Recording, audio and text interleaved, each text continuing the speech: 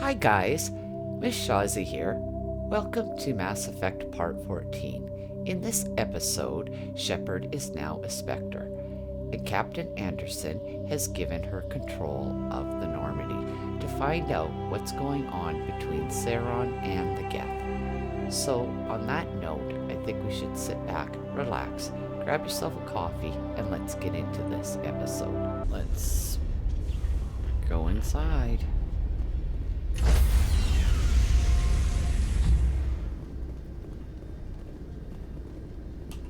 Stand by, shore party.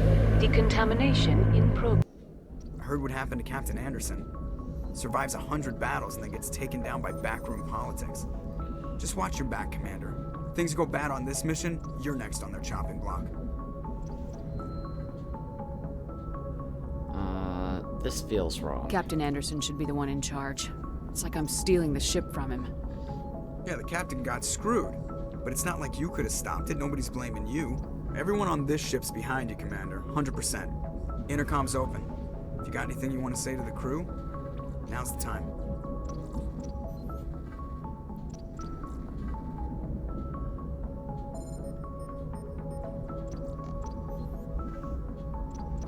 Okay, I think,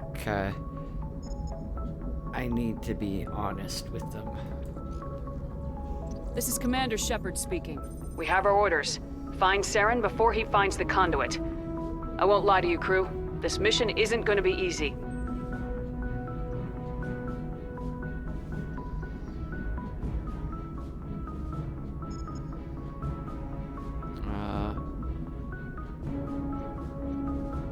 I guess Eden Prime. This began with an attack on a human settlement in the Traverse.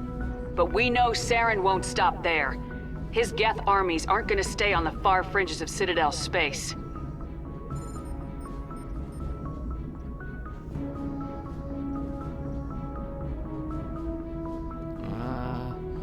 Humanity must do its part. For too long, our species has stood apart from the others. Now it's time for us to step up and do our part for the rest of the galaxy. Time to show them what humans are made of.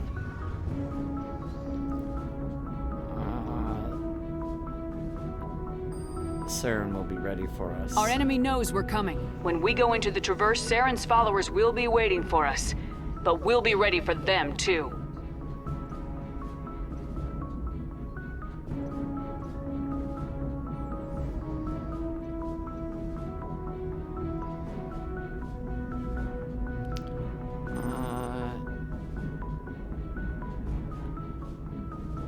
We must not fail. This is the most important mission any of us have ever been on. The fate of an entire galaxy is at stake. We will stop Saren, no matter what the cost. Well said, Commander. Captain will be proud.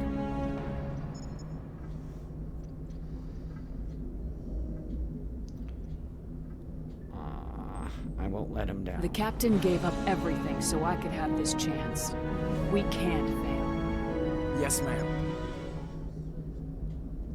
Okay, there we go.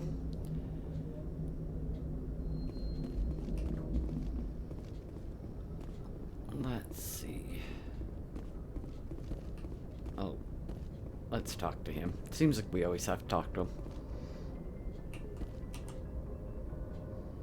If anyone has to take over for Captain Anderson, I'm glad it's you. I'm not sure about having non-humans on our ship, though.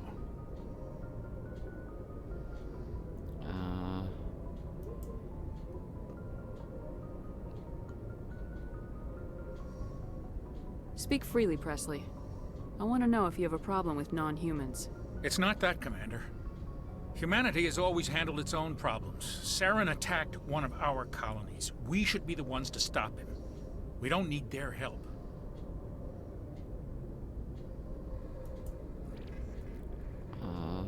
How did you end up assigned to the Normandy? I signed up with the Alliance as a navigator right out of school, following in my grandfather's footsteps, I guess. My first posting was on the Agincourt. We were at Elysium during the Skillian Blitz. A massive fleet of alien raiders hit the colony, trying to wipe it out. They had the numbers, but their ships were no match for an Alliance frigate. It was a slaughter. We couldn't even keep track of how many ships they lost.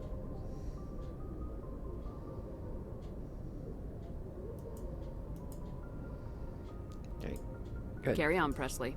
Yes, ma'am.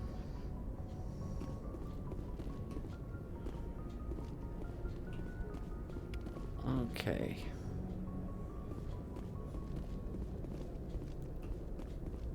Well.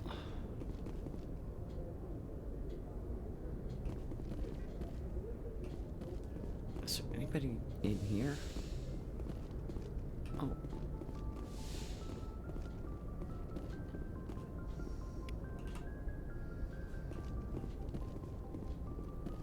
Okay.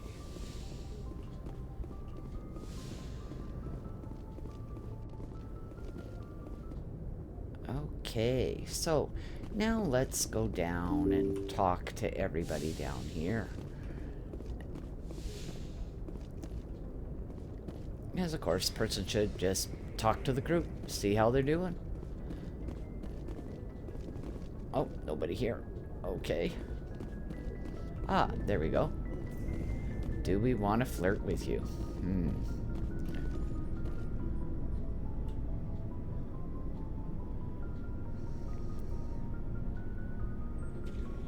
Anything you need, Commander? What's your opinion on the last mission? I don't see how we could have done things any better. At least not without getting to Eden Prime sooner. And we were on the scene faster than any other Alliance ship could have been. Okay. We'll talk another time, Lieutenant. Commander?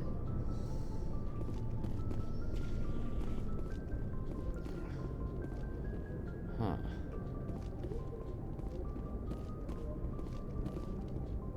I don't know where Ashley is.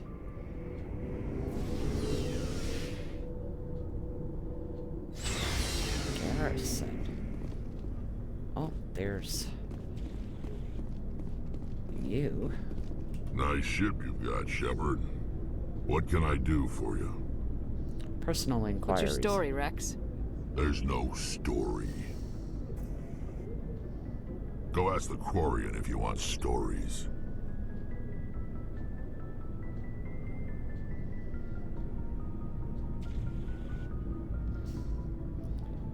Come on. You Krogans live for centuries. Don't tell me you haven't had a few interesting adventures. Well, there was this one time the Turians almost wiped out our entire race. That was fun.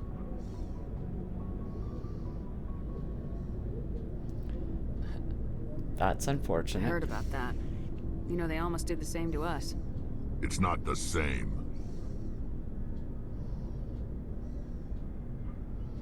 It isn't? It seems pretty much the same to me. So your people were infected with a genetic mutation?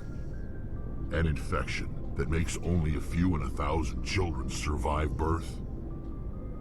And I suppose it's destroying your entire species? I see your point. I suppose it isn't all the same. I don't expect you to understand, but don't compare humanity's fate with the Krogan.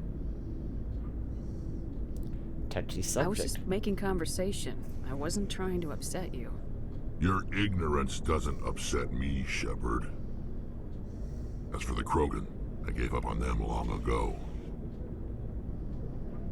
The genophage infected us, but it's not what's killing us. Are your people really dying? We're sure not getting any stronger. We're too spread out. None of us are interested in staying in our own system.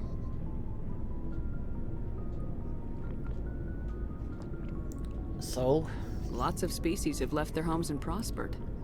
But they go to colonize new worlds. We're not settlers. We're warriors. We want to fight. So we leave. Hire ourselves out. And most of us never go back. What can you tell me about the genophage? Ask the Solarians if you want details. They made it. All I know, it makes breeding nearly impossible. Thousands die in stillbirth, and most never get that far. Every Krogan is infected, every one. And no one's rushing to find a cure. Why don't the Krogan try to find a cure? When was the last time you saw a Krogan scientist? You ask a Krogan, would he rather find a cure for the genophage or fight for credits? He'll choose fighting every time. It's just who we are, Shepard. I can't change that. Nobody can. Okay. So I long, see. Rex. Shepard. Okay, so that gave us a codex. So let's watch it now. Oh, we have a whole bunch. Okay, so here again, it's all secondary, so I'll let you read it.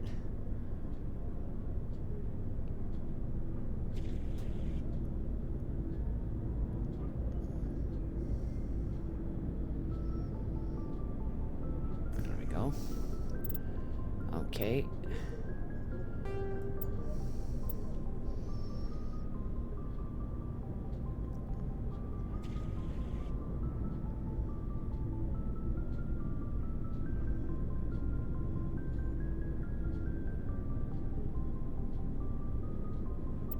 Okay, and we got more here.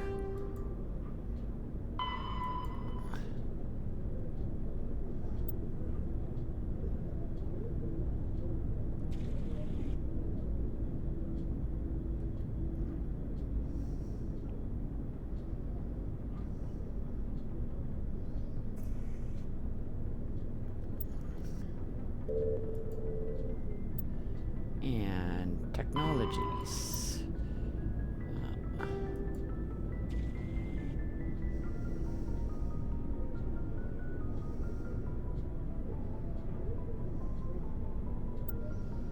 Okay, and nothing in the primary. Oh, there's something we missed. Ah, I did miss something in the primary. The Citadel is an ancient... No. Citadel space is an unofficial term referring to any region of space controlled by a species that acknowledges the authority of the Citadel Council. At first glance, it appears this territory encompasses most of the galaxy. In reality, however, less than 1% of the stars have been explored. Even Mass Effect FTL drive is slow relative to the volume of the galaxy. Empty space and systems without suitable drive discharge sites are barriers to exploration. Only the mass relays allow ships to jump hundreds of light years in an instant, the key to expanding across an otherwise impassable galaxy. Whenever a new relay is activated, the destination system is rapidly developed. From that hub, FTL drive is used to expand to nearby star clusters. The result is a number of densely developed clusters, thinly spread across the vast expanse of space, connected by the mass relay network. Okay. Oh, I still have another one. Oh, weapons and equipment. Combat hard suits use a mass accelerator propels a solid metal slug using precisely controlled electromagnetic attraction and repulsion. The slug is designed to squash or shatter on impact, increasing the energy it transfers to the target. If this were not the case, it would simply punch a hole right through, doing minimal damage. Accelerator design was revolutionized by Element Zero. A slug lightened by a mass effect field can be accelerated to greater speeds, permitting projectile velocities that were previously unattainable. If accelerated to a high enough velocity, a simple paint chip can impact with the same destructive force as a nuclear weapon. However, mass accelerators produce recoil equal to their impact energy. This is mitigated somewhat by the mass effect fields that rounds are suspended within. But weapon recoil is still the prime limiting factor on slug velocity. Sounds deadly. Okay, there. Finally, we got it all. Okay, let's go talk to her. Commander? Can we talk? Do you have a few minutes to talk? One-on-one? I'm sorry, Commander. I need to get my duty squared away. I wouldn't mind talking more later, though. Okay. Goodbye then. Dismissed, Chief. Ma'am.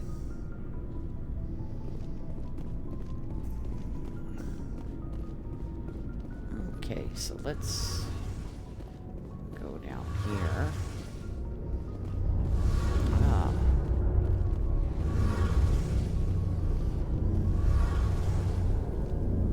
Your ship's amazing, Shepard. I've never seen a drive core like this before. I can't believe you were able to fit it into a ship this small. I'm starting to understand why you humans have been so successful. I had no idea Alliance vessels were so advanced.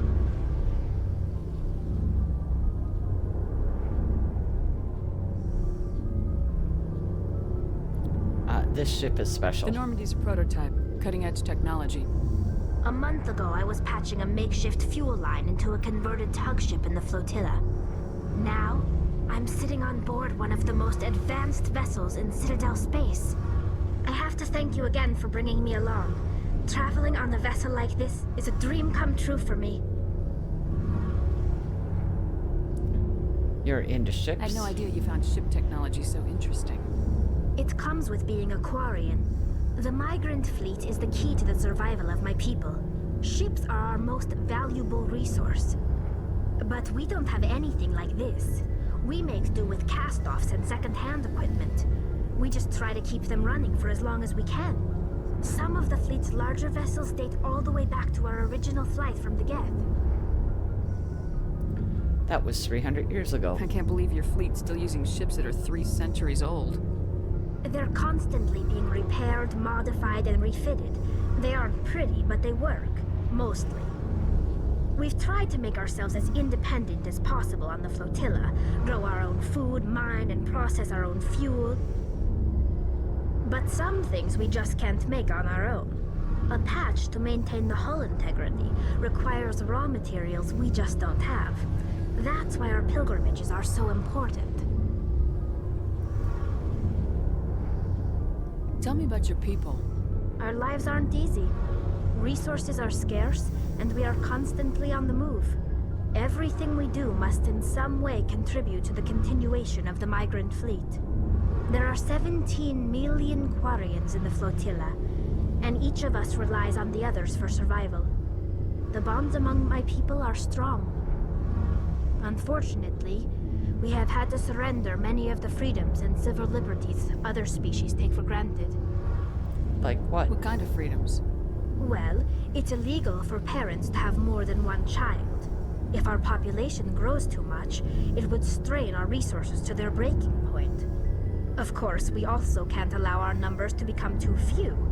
If our population is in decline, the rule against single births is temporarily repealed. In extreme cases of population decline, incentives are even offered to encourage multiple births, though the Conclave hasn't had to take such measures in nearly a century. That's your government. The Conclave is our civilian branch of government. Each ship can elect a representative to serve on the Conclave and make decisions that affect the fleet as a whole. On matters that affect an individual ship, however, the captain has the final say. It's a tradition that dates back to the early days, when the fleet was governed by martial law. Fortunately, most captains nowadays are smart enough to have an elected council from their crew to give them advice and guidance. So the ultimate power rests with elected officials? In practice, the Conclave and the respective council for each ship tend to set the rules that govern our daily lives. But in theory, we are still under military jurisdiction. The 5 top-ranking military officials in the fleet serve on the Admiralty Board. These 5 have the power to overrule any decision by the Conclave in case of emergency. To do so requires unanimous agreement among the Admiralty, and they can only do this once. After that, the entire board must resign their posts. It's a safeguard that served us well. In nearly 3 centuries, the Admiralty Board has only overruled the Conclave 4 times. 4 times, wow. I want to know more about the Geth. I doubt I can tell you anything you don't already know. It's been almost 3 centuries since they drove my people into exile. All I know is the story of their origins. What they were when we created them, and how they turned on us. Interesting. The Geth were originally created to serve as an automated manual labor force. Initially, their intelligence was as limited as any VI. Over time, we made small modifications to their programming to allow them to perform more varied and complex tasks, bringing them closer and closer to true AI status. Isn't AI research illegal? How come the Council didn't step in and stop you? This wasn't true AI research. We may have been skirting the bounds of the law, but we never did anything that was actually illegal. The changes were so insignificant, so gradual, that we were able to control them. Or so we thought. But one thing we underestimated was the power of the neural network. A million Geth thinking simultaneously created an inherently unstable matrix.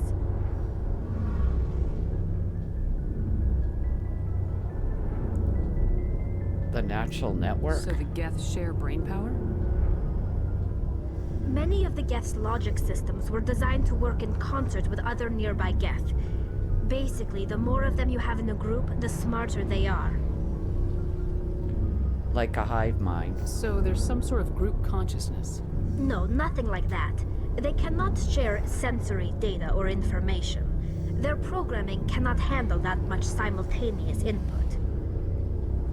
Each Geth maintains an individual awareness and identity.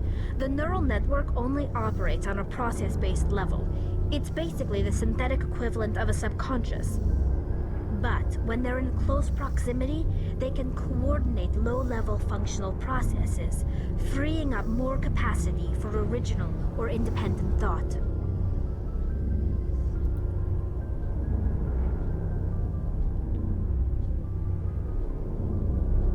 Why did they turn on you? What made them rebel? As we built more and more Geth, their effective intelligence became more sophisticated, more abstract.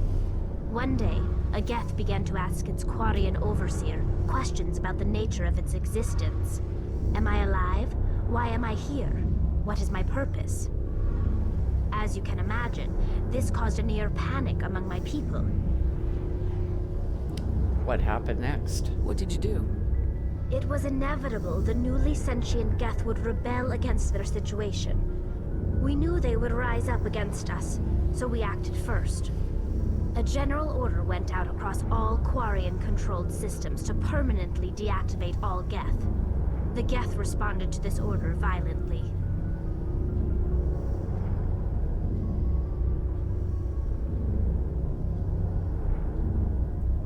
They defended themselves. Hey, you can't blame them for fighting for their survival. We had no other choice. The Geth were already on the verge of revolution. By acting quickly, we had a chance to end the war before it began.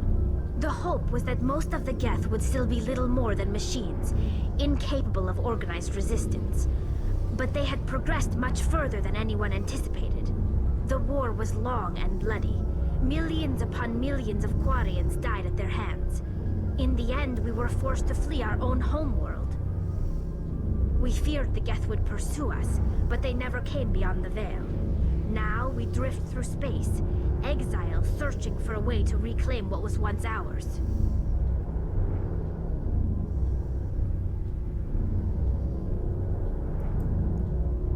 I want to know more about the pilgrimage. When my people reach maturity, we leave our birth ships and seek acceptance with a new crew. It's necessary to maintain genetic diversity among the fleet. But no ship wants to accept someone who will be a burden on them. So, to prove our worth, we embark on a pilgrimage. We set out alone, leaving the flotilla and our families behind us. We only return once we have found something of value we can bring back to the fleet. This is presented as a gift to the captain of the respective ship we wish to join. If the gift is accepted, we are welcomed into the crew.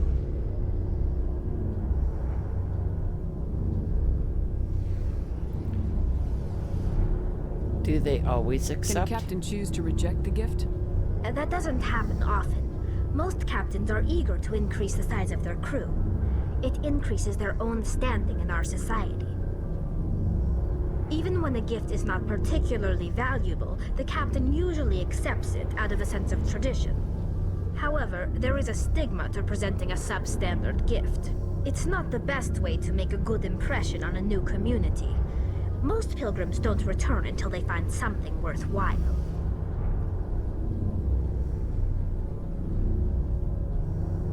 I can't believe they just send you off alone. It's not like they just cast us out. Before we leave, we are given lessons in how to survive outside the flotilla, and given gifts to help us on our journey. We also receive implants to fight off sickness and disease. Generations of living in an isolated and highly controlled environment have left our immune systems weaker than most. By the time we leave the fleet, we are well equipped for the pilgrimage. This is a rite of passage for all Quarians. If it were dangerous, our numbers would suffer. Virtually every pilgrimage ends with a triumphant return and the ritual presentation of the gift to one of the fleet's captains. I want to talk about something else. Like what? I think that's it. Say goodbye. I should go. See you later. Oh, let's talk to him. Hey, Commander, you know that Quarian, Tally? She's been spending all her time down here asking me about our engines.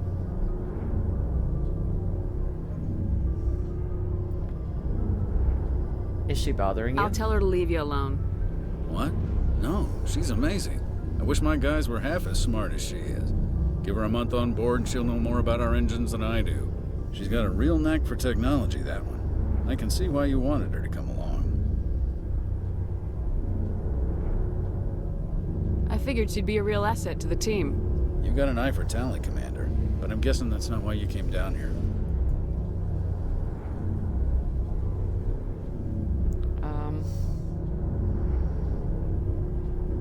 I think we've Carry on, discussed Adams. Aye, I think we discussed all that stuff with him. Okay. Oh, there he is. One of my favorite guys. Thanks for bringing me on board, Commander. I knew working with the Spectre would be better than life at CSEC. You knew. Have you worked with the Spectre before? Well, no, but I know what they're like. Spectres make their own rules. You're free to handle things your way. At CSEC, you're buried by rules. The damn bureaucrats are always on your back.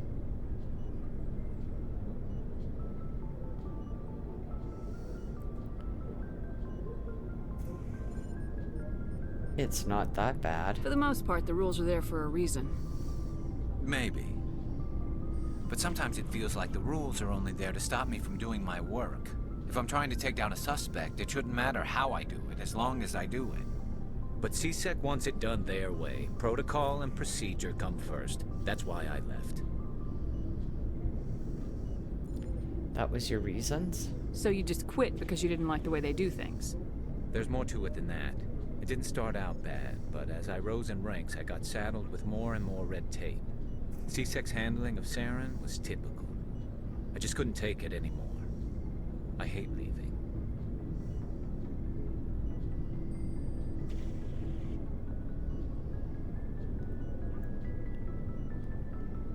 That's a tough decision. I hope you made the right choice. I'd hate for you to regret it later. Well, that's sort of why I teamed up with you. It's a chance for me to get off the Citadel, see how things are done outside CSEC. Either way, I plan to make the most of this. And without CSEC headquarters looking over my shoulder, well, maybe I can get the job done my way for a change. That depends. Whatever. If getting the job done means endangering innocent people, then no. We get the job done right, not fast. Got it? I wasn't trying to. I understand, Commander. Oh. I got nothing out of that. Commander, good to see you. Oh. Oops. Okay.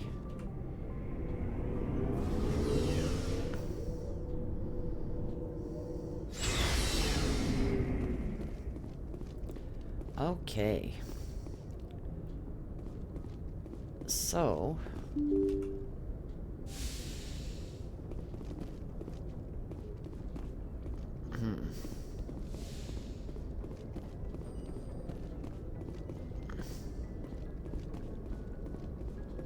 I don't think I can really say a lot here, but we'll see. On that note, I think I'm going to call this episode a wrap. So if you like this video, hit the like button. If you're new to the channel or you haven't subscribed, please subscribe. It really helps the channel out. And I'll see you in the next episode. Bye, guys.